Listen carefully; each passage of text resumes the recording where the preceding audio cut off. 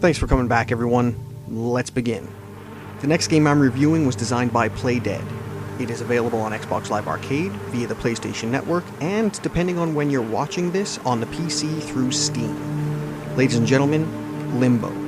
Limbo has been rated T for teen for animated blood and mild violence, and probably just a little bit because it's freaking creepy.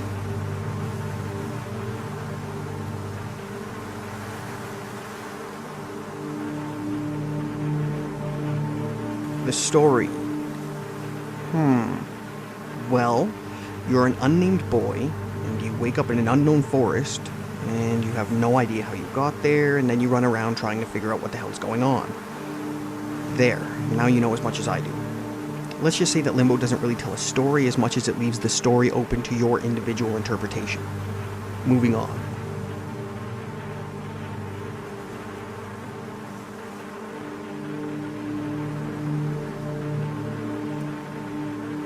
Limbo is a side-scroller, so the controls are old-school simple. The direction pad moves you where you need to go, then you have one button to jump, and another button to interact with the environment. And that's it. Everything feels tight and responsive, and that's a good thing too, because along with side-scrolling, Limbo likes to throw some puzzles at you. And I'm telling you right now, some of them are mind-numbingly melt-your-brain challenging. The puzzles, like most games, start out easy enough, with your usual move this object over to this place to hold down that switch, or pull this lever to open that door to get on that platform kind of thing. But as the game progresses, the puzzle difficulty ramps up at a steady pace. So towards the end of the game, you've got to solve puzzles based around magnetism, momentum, and reversing gravity, all the while trying to avoid deadly environmental hazards. It can get frustrating at times, but like all good puzzles in games, the feeling of outsmarting and overcoming a really tough challenge can feel immensely rewarding.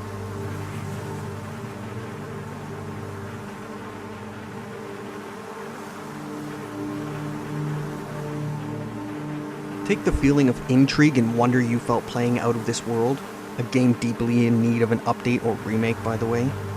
Add the charm of Little Big Planet, the obscure implied storytelling of Braid, and the visual style and usage of light and shadow found in the 1922 classic film Nosferatu.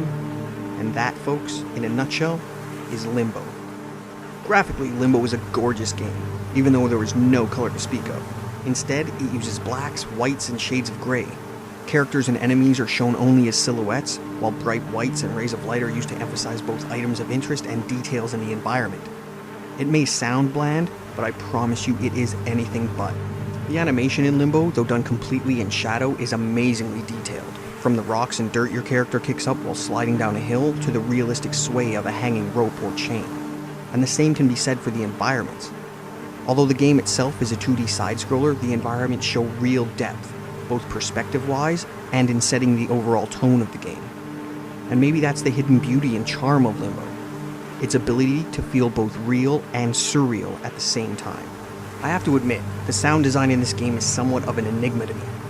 It's handled with the same minimalist approach as the graphics and proves to be just as intricate.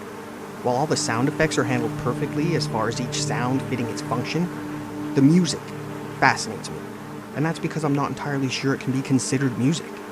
There are instruments involved, there are notes being played, but they seem to be used primarily as auditory cues for certain important events or to establish mood.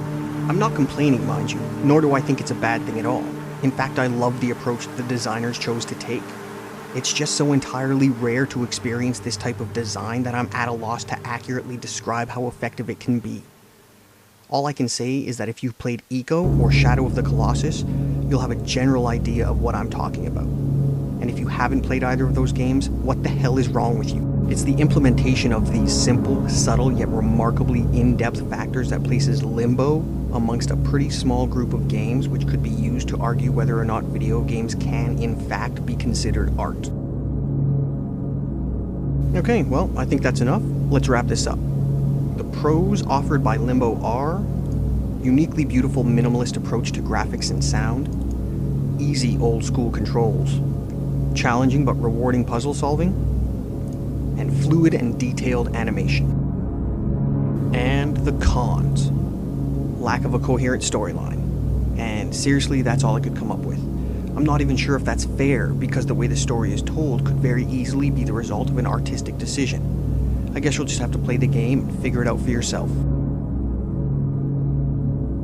So, if I take all the previously mentioned variables and I throw them into a fictional machine that takes factors and transforms them into grades, we see that Limbo gets a really shiny, brand spanking new A+.